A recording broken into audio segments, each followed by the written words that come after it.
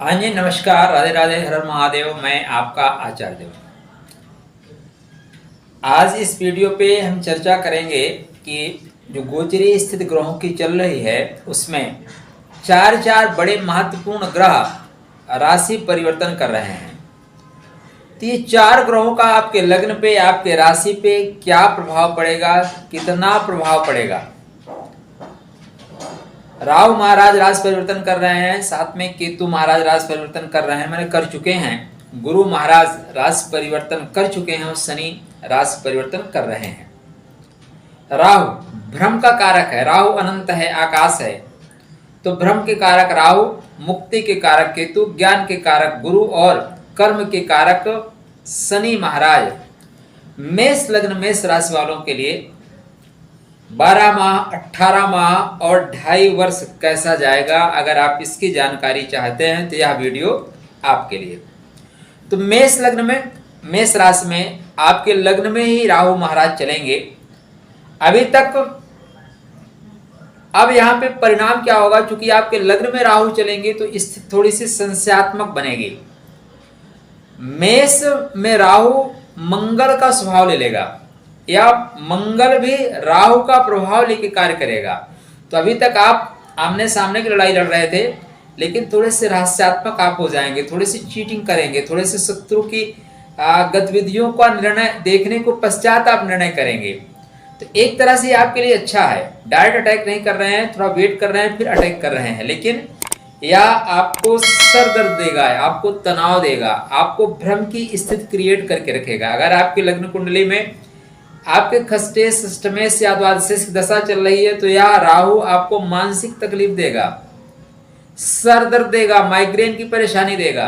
आपके कुंडली में शुभ ग्रहों की दशा चल रही है तो यह राहु योग कारक हो जाएगा। देखिए, राहु केतु क्या है, परिस्थितियों के देख के काम करते हैं। रामविलास पासवान जैसे, जिसकी सरकार बने उसी में शामिल मंत्री बनना है, ऐसे। तो राहु भ्रमात्मक स्थिति में रखेगा, राहु आपको वो दृष्टि देगा कि शत्रु को आप भ्रम में रख सके, शत्रु पर विजय प्राप्त कर सके। तो राहु, अगर मंगल आपकी कुंडली में अच्छा है तो राहु फिर मंगल का बच्चा है, राहु अच्छा परिणाम देगा। मंगल कमजोर हुआ तो राहु मनमानी करेगा, ये ध्यान रखिएगा। अगर मंगल कमजोर हुआ तो राहु मनमानी करेगा, फिर राहु के जो परिणाम है आपको सकारात्मक ना मिलके नकारात्मक मिलेंगे। इसलिए आप अपनी कुंडली चेक करिए कि मंगल आपकी कुंडली में कैसे हैं, उनके अंश ठीक हैं, वो जहाँ पे बैठे हैं मित्र के घर में बैठे हैं, तो ऐसे में ये राहु मंगल की तरह या मंगल के अधीन आकर कार्य करने वाले हैं और अच्छा फल देकर जाएंगे। ध्यान देना है कि सप्तम दृष्टि जया भाव माने जीवन साथी के घर पे होने से थोड़ी संशयात्मक स्थिति वहां भी उत्पन्न होगी। तो जीवन साथी में थोड़ा सा तनाव हो सकता है, आपके प्रेम में थोड़ी सी कटौती हो सकती है, ये राहु की स्थिति। केतु महाराज चूंकि सप्तम भाव में चलेंगे और केतु मुक्ति देने वाले हैं, केतु अलग करने वाले हैं, तो ये मेष लग्न मेष राशि वालों के लिए जो 18 माह है दाम्पत्य जीवन के लिए बहुत अच्छा नहीं जा रहा है। कारण सप्तम भाव में बैठे हुए केतु भोग नहीं करने देंगे, जो चीजें जहां से मिलनी चाहिए वो चीजें वहां से नहीं मिलेंगी और धीरे से विरक्ति, धीरे से अलगाववाद की ओर बढ़ाएंगे। देखिए, आप घर में रह रहे हैं, खाना नहीं मिलेगा तो क्या करेंगे, होटल की ओर बढ़ेंगे। बस ऐसी ही स्थितियां मेष लग्न मेष राशि वालों के लिए क्रिएट हो रही हैं। तो आप देखें कि आपके सप्तम भाव के स्वामी शुक्र महाराज का, अगर शुक्र महाराज कमजोर हुए तो केतु निश्चित रूप से आपको तलाक की ओर अग्रसर कर देगा। अगर केतु महाराज शुभ हुए तो ये समय ऐसा होगा कि जहां पे आप नौकरी के लिए, व्यवसाय के लिए अपने घर से दूर जाके रहते हैं, यह ऐसा समय होगा। यहाँ पे केतु आपको व्यापारिक जो गतिविधि है उसमें लाभ देगा, क्योंकि केतु मंगल जैसा है और यहाँ पे शुक्र की राशि में चलने के पश्चात वो आपको व्यापारिक गतिविधियों में तो लाभ देगा, किंतु दाम्पत्य जीवन में तनाव देगा। इस चीज को आपको ध्यान में रखना ही होगा। ऐसे केतु की सप्तम दृष्टि लगन पर होने से आपके जो निर्णय होंगे तूफानी होंगे, खासकर व्यवसाय को लेके और दाम्पत्य जीवन को लेके जो आपके निर्णय हैं वो बहुत तूफानी होंगे। तो आप अपने कुंडली में चेक करिए कि आपकी कुंडली में जो दो धन के कारक हैं शुक्र, उनकी स्थिति कैसी है। अगर उनकी स्थिति अच्छी है तो केतु धूमकेतु की तरह आपको चमका देगा बिजनेस में। अच्छा, एक और महत्वपूर्ण चीज ध्यान रखिएगा कि जैसे राहु महाराज चलेंगे तो राहु महाराज पहले कृतिका में चलेंगे, फिर भरणी में चलेंगे, उसके बाद अश्विनी में आएंगे। तो जो नक्षत्रों के स्वामी हैं उनका प्रभाव भी उस समय राहु लेंगे। अब केतु महाराज जैसे यहाँ पे गोचर करेंगे तुला में, तो तुला में गोचर करने के साथ साथ आप देखेंगे कि केतु महाराज की स्टार्टिंग कहाँ से होगी, तो केतु महाराज की स्टार्टिंग विशाखा से होगी। तो विशाखा किसका नक्षत्र है? गुरु का। गुरु की बात को केतु मानता है, तो जब तक विशाखा में केतु रहेंगे, केतु अलगाववाद नहीं उत्पन्न करेंगे, क्योंकि गुरु के शरण में जाके केतु अपने आप को नतमस्तक हो जाते हैं। लेकिन वहीं पे जैसे स्वाति में आएंगे, कहाँ आएंगे? स्वाति नक्षत्र में आएंगे। स्वाति चाहत अधूरी रह जाती है, चाह बनी रहती है, तो स्वाति वो नक्षत्र है जहां चाह बनी रहती है। तो यहाँ पे राहु के नक्षत्र में जब केतु प्रवेश करेंगे तो दाम्पत्य जीवन में सर्वाधिक जो तनाव आएगा, तलाक की स्थिति उत्पन्न होगी, वो राहु के स्वाति नक्षत्र में आने से होगी। जब केतु महाराज गोचर करेंगे स्वाति नक्षत्र में, तब इस तरह की स्थितियां क्रिएट होगी। तो आपकी 18 माह जो चलेंगे 3 नक्षत्रों में चलेंगे, तो 3 नक्षत्रों के अनुसार आप देखिए आपको कहाँ पे लाभ होगा, हानि पे होगा। अब यहाँ पे जैसे केतु महाराज राहु के नक्षत्र में चलेंगे तो दाम्पत्य जीवन में तो आपको परेशानी देंगे, लेकिन आप व्यापार कर रहे हैं ना अगर, तो व्यापार में दिन दूना रात चौगुना आपको बढ़ाएंगे, क्योंकि राहु असीमित संभावनाओं को दर्शाता है। राहु आकाश है, राहु अनंत है, राहु धुआं धुआं कर देता है।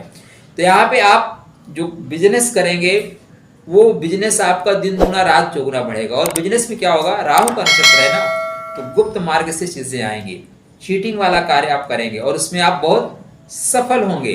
आप शराब का काम करेंगे, आप जितने भी नशे के कार्य होते हैं ना, नशे वाले संबंधित कार्य, राहु के नक्षत्र में जब केतु जाएंगे तो शुक्र अगर बली है तब ध्यान दीजिएगा, आपके दो धन भावों का स्वामी शुक्र है। अतः यहाँ पे केतु कैसे रोल अदा करेंगे, ये कोई भी ग्रह अगर आपके किसी भी भाव में गोचर कर रहा है तो सबसे महत्वपूर्ण व्यक्ति वो है कि वो क्या मजबूत है। एक वक्त था कोई इस्लामिक कंट्री से आता था विजिटर, तो फिर क्या होता था, विश्वनाथ के मंदिर को कवर कर दिया जाता था। ठीक, आज कोई विजिटर आए ना, वो जाके आरती करेगा। आज बड़े से बड़ा राष्ट्राध्यक्ष आए, किसी देश का और भी महत्वपूर्ण व्यक्ति आए, भारत में आएगा तो नरेंद्र मोदी जी हैं उससे आरती करवा देंगे। ठीक है ना। अब क्यों? क्योंकि भाव का स्वामी मजबूत है, भाव का स्वामी मजबूत है। वही भाव का स्वामी जब कमजोर था तो फिर पीछे पीछे चलता था, प्रधानमंत्री कोई और था, गाइड कोई और करता था। तो ये आपको देखना होगा कि आपके जिस भाव में गोचर कर रहे हैं ग्रह, उस भाव की स्थिति क्या है। अब भाई आपका घर है, मेहमान आपके घर में आया है, आपको पता है कि उसको सीमित कहां तक करना है, ड्राइंग रूम तक करना है, या उसको किचन रूम तक ले जाना है, बेडरूम तक ले जाना है, ये आपको पता है ना। मेहमान थोड़ी नहीं जबरदस्ती जाएगा।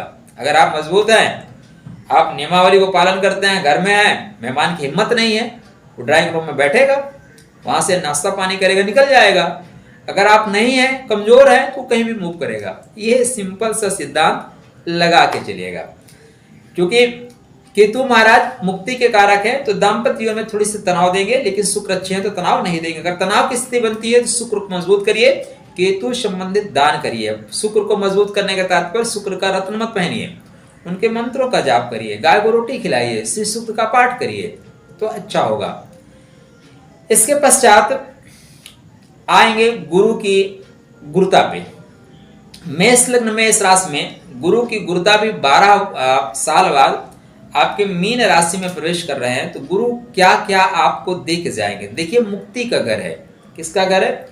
मुक्ति का घर है।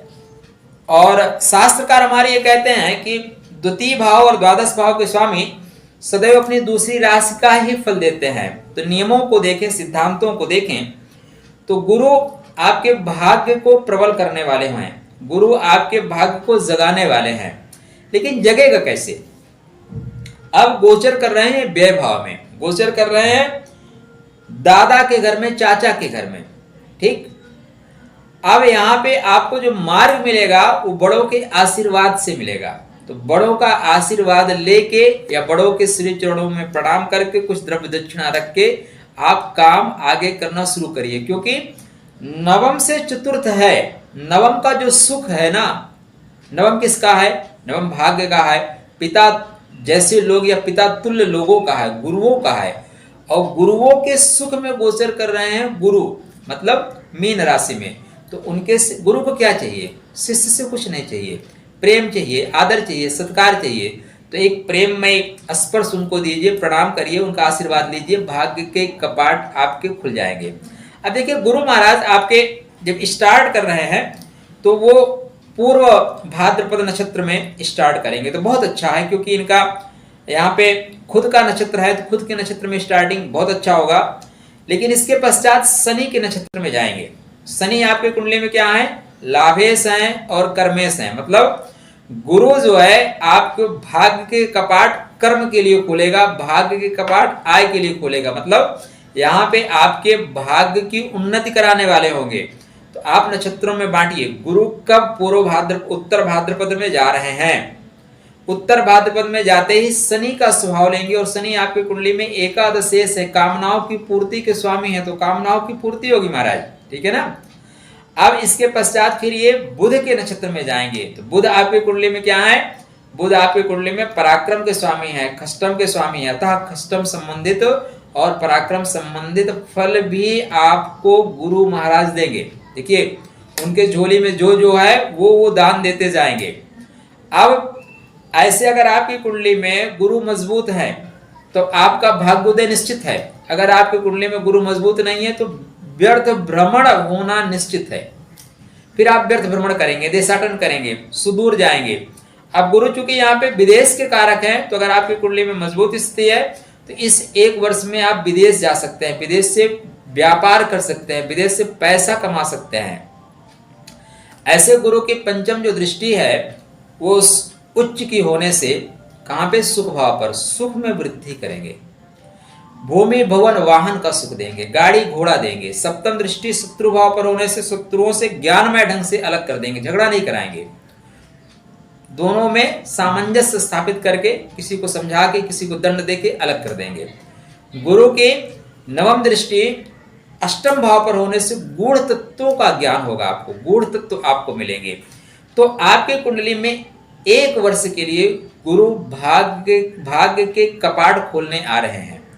गुरु की गुरुता यदि आप ग्रहण कर पाए तो इस एक वर्ष में निश्चित रूप से आपको सफलता मिलेगी। जैसे गुरु शनि के नक्षत्र में प्रवेश करेंगे, वो आपको नौकरी देने वाले हैं, आपके आय के स्रोतों को दुगुणित करने वाले हैं।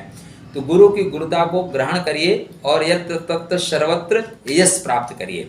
इसके पश्चात बात करेंगे शनि महाराज की। शनि महाराज कुंभ में प्रवेश कर रहे हैं। अब शनि महाराज की स्थिति ये है कि मार्च अप्रैल 29 के बाद प्रवेश कर रहे हैं और ये मार्च 2025 तक कुंभ में रहेंगे। बीच में जुलाई से लेकर जनवरी के बीच में वक्री होकर फिर मकर में आएंगे। जो वक्रत्व है शनि का वक्री होना, उस समय देश में सर्वाधिक महत्वपूर्ण फैसले लिए जाएंगे। देश में कई नए नए विधेयक लाए जाएंगे और महत्वपूर्ण विधेयक लाए जाएंगे। खैर, मेष लग्न मेष राशि में आपके शनिदेव कामनाओं की पूर्ति के घर में जा रहे हैं 30 साल बाद। कितने साल बाद? 30 साल बाद। तो अगर आपकी उम्र 20 साल से 30 साल के बीच में है तो शनि सब कुछ आपको यहीं पे दे के जाएंगे, क्योंकि जब वापस लौट के आएंगे तो आपकी उम्र हो जाएगी 55 साल 60 साल, फिर आप कुछ लेने लायक नहीं रहोगे। जो प्रगति करना है, प्रगति का यही समय है, बाद में क्या प्रगति करेंगे। तो शनि कामनाओं की पूर्ति करके जाएंगे। शनि स्टार्टिंग कहां से कर रहे हैं? धनिष्ठा नक्षत्र में, आपके लग्न के नक्षत्र में, लग्न के स्वामी के नक्षत्र में गोचर कर रहे हैं, प्रवेश करेंगे कुंभ में। तो आपके लिए बहुत अच्छा है। पुरुषार्थ के द्वारा, पराक्रम के द्वारा आप आय के स्रोतों को दुगुणित करेंगे, आय के स्रोतों को बढ़ाएंगे। यहाँ पे बड़े भाइयों से आपको सहयोग मिलेगा, बड़े मित्रों से सहयोग मिलेगा और पिता के धन का सहयोग मिलेगा, सरकार के धन का सहयोग मिलेगा। तो हर तरह से शनि आपको लाभ देने वाले हैं। ऐसे शनि महाराज चूंकि कर्म के स्वामी हैं, तो विगत वर्षों में जो आपने कर्म किया था, जो आपने तैयारी की थी, यूपीएससी के आईएएस की तैयारी आप कर रहे हैं, नहीं हो पा रहा है, तो आपको यहाँ पे सफलता मिल रही है, क्योंकि मकर से शनि जा रहे हैं कुंभ में। तो आपके किए हुए संचित जो कर्म है वो यहाँ पे आपको क्रेडिट हो रहे हैं, आपका अकाउंट खुल गया, एटीएम मिल गया, अब आप निकाल सकते हैं। ऐसी स्थितियां शनि आपके लिए बना रहे हैं। इसके पश्चात शनि महाराज धनिष्ठा नक्षत्र के पश्चात जब सतविसा नक्षत्र में जाएंगे तो बहुत अच्छी स्थिति बनेगी। अब स्थिति अच्छी कैसे बनेगी? देखिए, लग्न में आपके राहु महाराज गोचर कर रहे होंगे और उनसे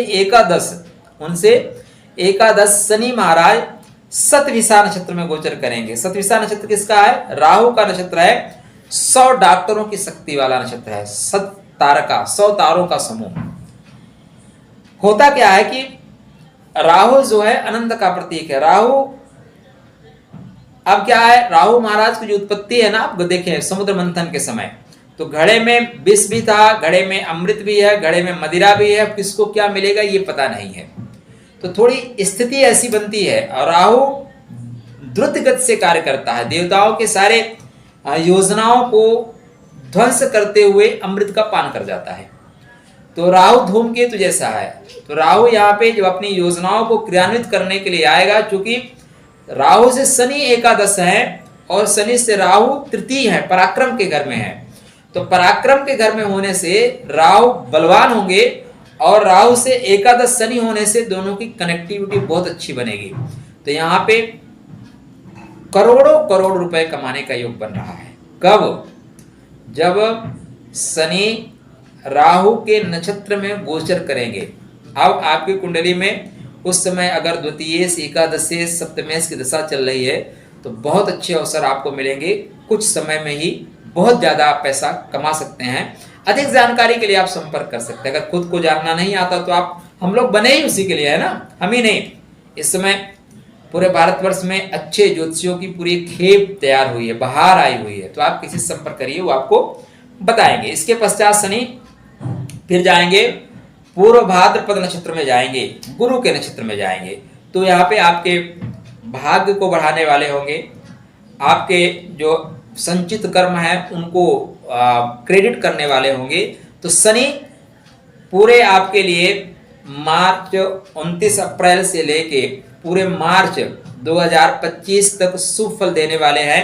पिता का लाभ, पिता से लाभ, सरकार का लाभ, सरकार से लाभ, बड़े भाइयों का लाभ, बड़े भाइयों से लाभ, मित्रों से लाभ, धन का लाभ, ये सारी चीजें आपको प्राप्त हो रही हैं। ध्यान क्या देना है? ध्यान ये देना है कि शनि की तृतीय नीच दृष्टि आपके लग्न पे पड़ रही है।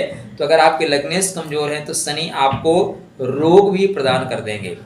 वैसे भी द्वितीय सप्तमेश एकादशेश एक्सीडेंटल हैं, पहले पैसा देते हैं बाद में चोट दे देते हैं, लो पैसा ले लो इलाज कराओ। तो शनि आप पैसा देंगे, बाद में आपको रोग भी दे के जाएंगे। तो सावधान रखिए, अगर आपके लग्नेश ठीक नहीं है, लग्नेश को मजबूत करिए। राहु की भ्रमात्मक स्थिति से अपने आप को सदैव ऊपर उठाने की कोशिश करिएगा। ऐसे शनि की पंचम जो दृष्टि है वो पंचम भाव, सप्तम दृष्टि पंचम भाव पर होने से, तो यहाँ पे अगर आप महिला वर्ग हैं तो अगर आपने गर्भ धारण कर रखा है या गर्भ धारण करना चाहती हैं तो शनि उस गर्भ को हटा सकता है। अगर सूर्य आपकी कुंडली में 6, 8, 12 में है, मतलब कन्या में है, वृश्चिक में है या मीन में है या कर्क में चले गए अपने से द्वादश, तब आपको संतान संबंधी परेशानी भी यहाँ पे आएगी। मिसकैरेज के योग भी बनते हैं। यहाँ पे शनि आपको पढ़ने में, राहु की स्थिति ऐसी बनेगी, राहु आपको बोलेगा नकल मार लेंगे यार, दिक्कत क्या है। तो थोड़े से आपके कंसंट्रेशन, एकाग्रता में कमी आएगी, क्योंकि राहु आपको भ्रम में रखेगा और शनि थोड़ा सा आलस्य युक्त कर देगा। कहाँ पे? पंचम में।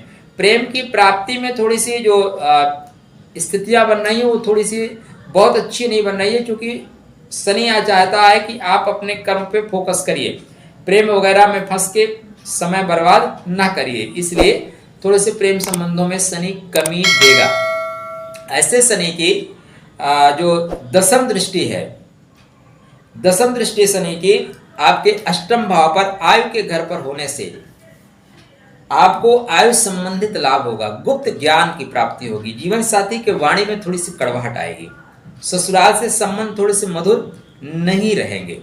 तो अब आपको ये सारी चीजें पता हुई। जो 4 प्रमुख ग्रह हैं आपके मेष लग्न मेष राशि वालों के लिए वो आने वाले 12 माह, 18 माह, 30 माह तक कैसे, कब, कहाँ फल देंगे, उसके अनुसार आप उपाय कर सकते हैं। अधिक जानकारी के लिए आप दिए हुए नंबरों पे संपर्क कर सकते हैं। आशा करता हूं वीडियो आपको पसंद आएगा, जानकारी आपको अच्छी लगेगी तो चैनल को सब्सक्राइब करिएगा, मित्रों के साथ भी शेयर करिएगा। कोई बात कहना चाहते हैं तो कमेंट के माध्यम से बतलाइएगा। वीडियो पसंद आता है तो लाइक करिएगा, नहीं पसंद आता 100% डिसलाइक करिएगा। चलिए, आपके लिए मंगल में शुभकामना। फिर चर्चा करेंगे वृषभ लगन वृषभ राशि पे। तब तक आपके लिए राधे राधे।